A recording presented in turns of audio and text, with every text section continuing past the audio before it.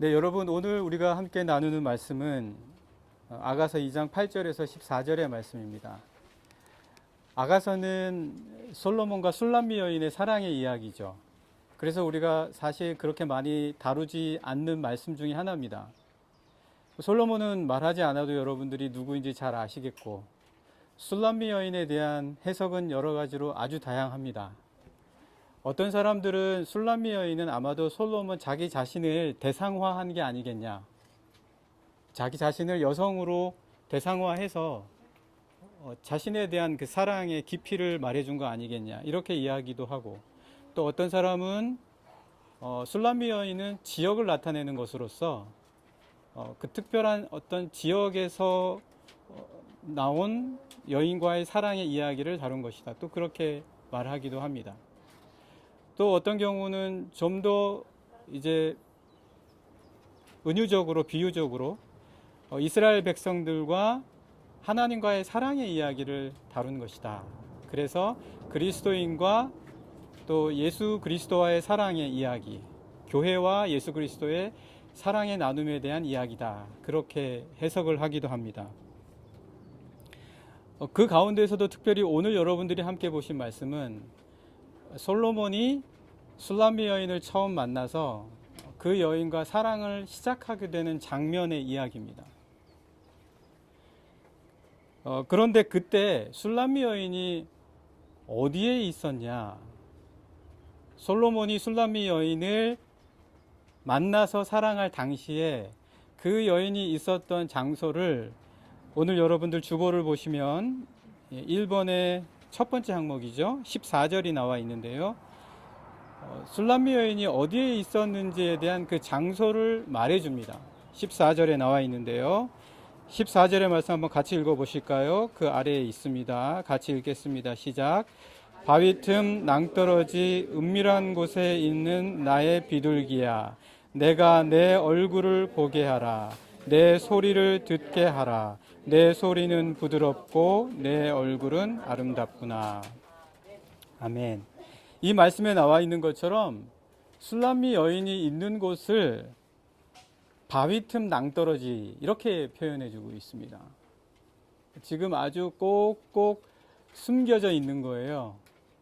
그러니까 아마 이 표현은 솔로몬이 술람미 여인을 만나기 전까지 어느 누구에게도 그 아름다움이 발견되지 않은 채 그 장소에 잘 지켜져 있었다, 이렇게 표현할 수도 있겠지만, 또 다른 한편에는 그 뒤에 있는 말씀과 이어져서 생각을 해 본다면 이 술람미 여인이 자신을 감추고 있는 거예요. 자신을 감추고 있는 겁니다. 왜냐하면 그 뒤에 있는 말씀이 은밀한 곳에 있다라고 하거든요. 이 은밀한 곳이라는 것은 비밀스러운이다라는 뜻도 있지만, 여러분 독일어 루터판 성경에서도 보시면 알겠듯이 거기 제가 주보에 써놨을 겁니다. Im Versteck, 숨어 있는 거예요. 숨어 있는 겁니다. 그러니까 뭔가 자신을 드러내는 것이 두렵고, 그리고 겁이 나는 거예요. 그리고 자기 자신에 대한 자신감이 없어요. 그래서 항상 자기 자신을 무언가로 보호하는 겁니다. 그런 상태에 지금 스스로를 가두어 놓고 있는 것과도 비슷해요. 왜냐하면 여러분, 술람미 여인이 누군지를 알면 왜 그렇게 했는지 이유를 알 수가 있습니다. 두 번째 보시면 1장 5절과 6절, 술람미 여인은 누구인가? 여기에서 술람미 여인은 누구라고 했죠? 5절과 6절 말씀 제가 주보 아래쪽에 또 적어놨는데요. 1장 5절 6절 아가서 말씀 한번 같이 읽어보실까요? 시작. 예루살렘 딸들아, 내가 비록 거무나 아름다우니 게달의 장막 같을지라도 솔로몬의 휘장과도 같구나. 내가 햇볕에 쬐어서 거무스름할지라도 홀겨보지 말 것은 내 어머니의 아들들이 나에게 노하여 포도원 지기로 삼았음이라. 나의 포도원을 내가 지키지 못하였구나.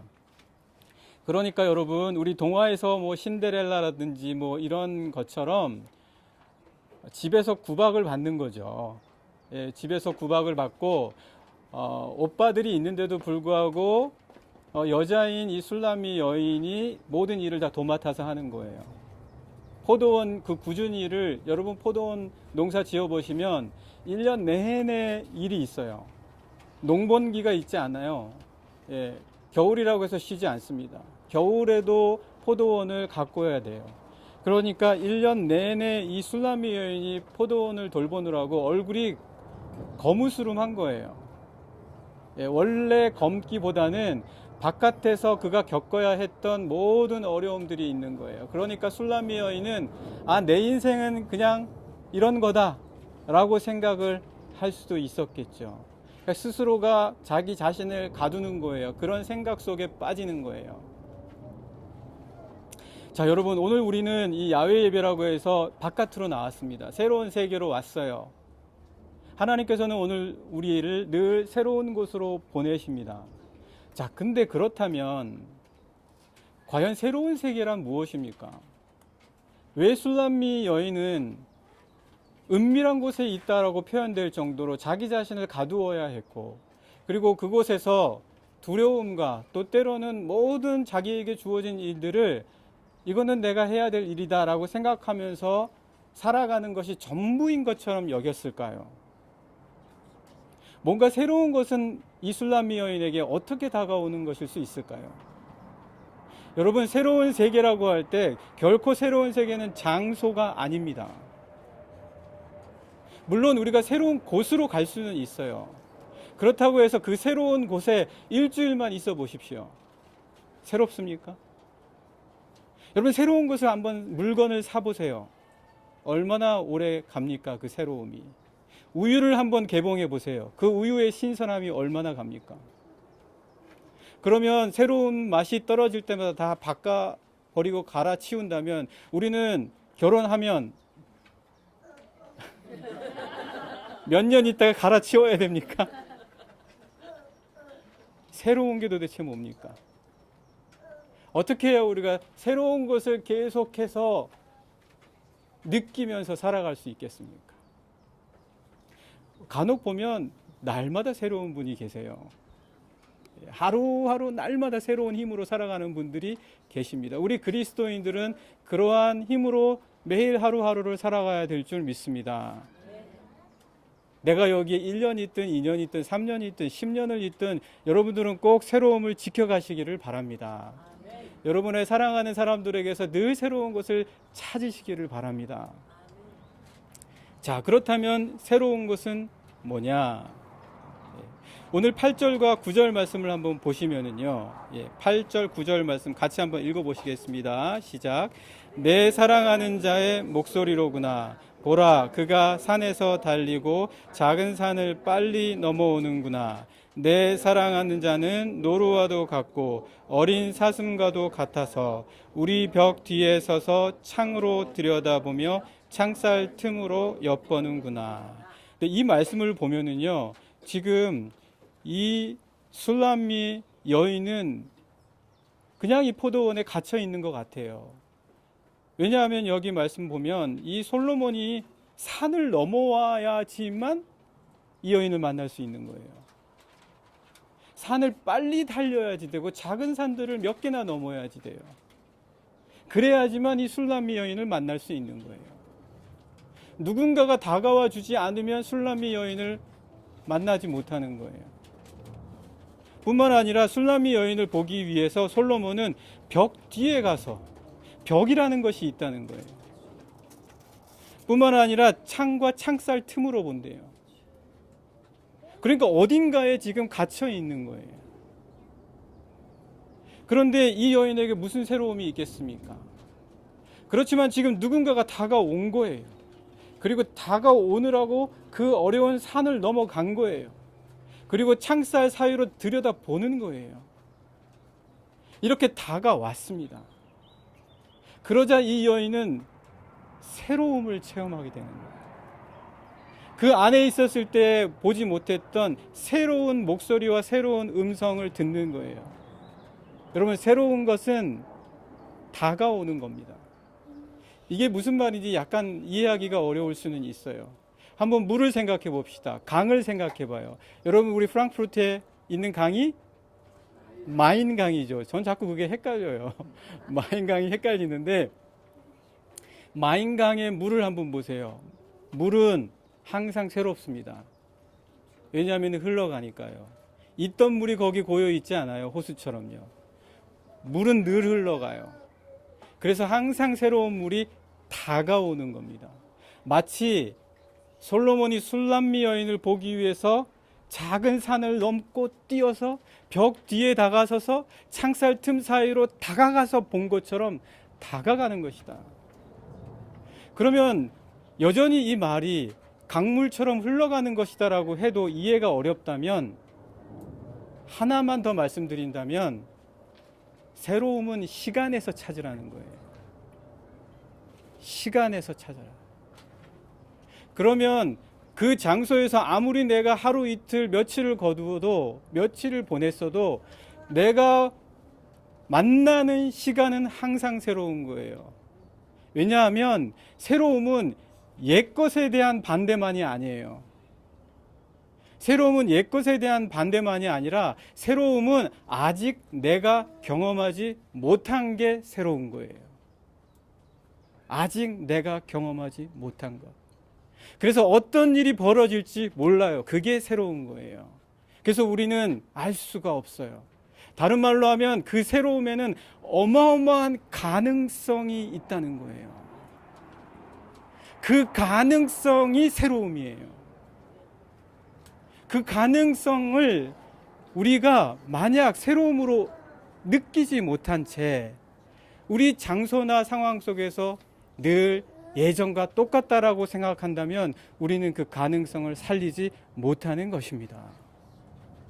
그래서 솔로몬이 술람미 여인에게 다가갔을 때 어떤 표현을 씁니까? 시간에 대한 표현을 써요. 이제 겨울이 지나갔다. 이제 비도 그쳤다. 이제 꽃이 핀다. 뭐죠? 시간입니다. 여러분, 내가 아무리 프랑크푸르트에서 이제 프랑크푸르트 한 몇 년 사니까 지겹고 이제 익숙하고 알 거 다 알 것 같다라고 하지만 시간 안에서 새로움을 찾으십시오. 계절은 그대로 있지 않습니다. 항상 바뀝니다. 여러분에게 항상 새로운 것을 가져다 줘요. 오늘 익었던 열매가 있지만 내년에 익을 열매와 그 풍성함을 여러분은 기대할 수 있어야 됩니다. 새로움을 가지셔야 돼요. 어디에서요? 시간 안에서요. 그래서 오늘 우리 한번 말씀을 보실까요? 10절에서 13절 말씀입니다. 10절에서 13절 말씀 같이 읽겠습니다. 시작. 나의 사랑하는 자가 내게 말하여 이르기를 나의 사랑 내 어여쁜 자야 일어나서 함께 가자. 겨울도 지나고 비도 그쳤고 지면에는 꽃이 피고 새가 노래할 때가 이르렀는데 비둘기의 소리가 우리 땅에 들리는구나. 무화과 나무에는 푸른 열매가 익었고 포도나무는 꽃을 피워 향기를 토하는구나. 나의 사랑 나의 어여쁜 자야 일어나서 함께 가자. 시간이에요. 시간 속에서 여러분 새로움을 찾은다면 어떠한 곳에서도 여러분은 새로워질 수 있습니다. 누구와도 새로운 관계를 맺을 수가 있어요. 어저께 약간 좋지 않은 관계에 있었던 사람과도 여러분이 시간의 새로움을 안다면 다시 새로운 관계를 맺을 수가 있습니다. 그렇게 하실 수가 있으시겠죠? 예. 누구든지 그리스도 안에 있으면 새로운 피조물입니다. 새로운 피조물입니다. 자, 그래서 오늘 우리가 이 시간에 대한 새로움을 알기 위해서는 여러분들에게 꼭 필요한 것이 하나 있어요. 그것을 솔로몬은 이 시간의 이야기와 함께 같이 이야기해 주고 있어요. 어찌 보면 이거는 사랑의 고백과도 같습니다. 그러나 사랑의 고백은 감정에만 멈추는 게 아니에요. 감정만 터치하는 것은 사랑이 아닙니다. 감정만 일으키는 것은 진짜 사랑이 아니에요. 진짜 사랑은 의지를 일으켜야 됩니다. 생명에 대한 의지, 새로운 힘에 대한 의지, 열정에 대한 의지를 주는 게 진짜 사랑이에요. 그래서 오늘 여러분들 함께 보셨던 10절과 13절 말씀 속에 솔로몬이 계절만 이야기한 게 아니라 또 무엇을 이야기하고 있습니까? 발견하셨습니까? 보시면은 10절 중반에 보시면 나의 사랑하는 자가 내게 말하여 이르기를 나의 사랑 내 어여쁜 자에 어떻게 되죠? 일어나서 함께 가자. 이거는 의지입니다. 상대방에게 의지를 일으켜 주는 거예요. 오늘 우리가 시간 속에서의 새로움을 느끼기 위해서는 영적인 의지가 있어야 됩니다. 하나님이 나를 향해서 부르시는 그 부름을 여러분들이 그 의지로서 느낄 수가 있어야 될 줄 분명 믿습니다. 그럴 때 우리는 장소가 우리의 새로움에 대한 장애물이 되지 않아요. 상황이나 사람들이 나의 새로움에 대한 장애물이 되지 않습니다. 오히려 우리는 그리스도의 부름 안에서 날마다 새로울 수 있을 줄 분명 믿습니다. 그래서 고린도후서 5장 17절 말씀 제가 그 아래에 적어놨는데요. 이 말씀만 함께 보시고 마치도록 하겠습니다. 고린도후서 5장 17절 같이 읽겠습니다. 시작. 그런즉 누구든지 그리스도 안에 있으면 새로운 피조물이라. 이전 것은 지나갔으니 보라 새 것이 되었도다. 그리고 제가 그 다음 말씀 모든 것이 하나님께로서 낫다 이렇게 이야기했습니다. 왜냐하면 제가 요거를 조금 더 말씀드리려고 했는데 오늘은 여기서 마무리하고자 합니다. 그렇지만 간단하게만 말씀드리면 새로 태어나라는 거예요. 새로 태어나라. 새로 태어날 때는 경험하지 못한 새로운 것들이 우리 앞에 주어집니다. 새로운 시간이 오는 거예요. 어디서든지 항상 새로워지시는 우리 영락의 모든 성도님들 되시기를 간절히 축복합니다.